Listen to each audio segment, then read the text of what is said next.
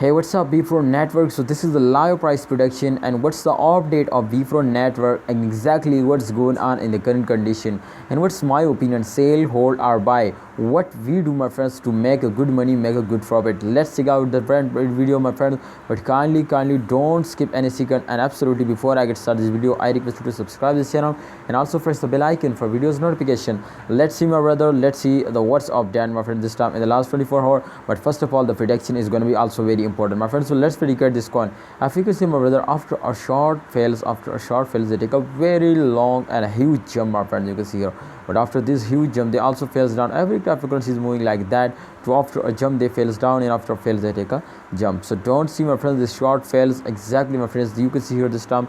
If you can see, if you focus on this short fails, absolutely, you never, my friend, you never take a good profit. So don't see, and exactly this is one of the best coin, my friends, especially for short time investors. So kindly, if you invest for a short time and Bepro, exactly, you are in the profit.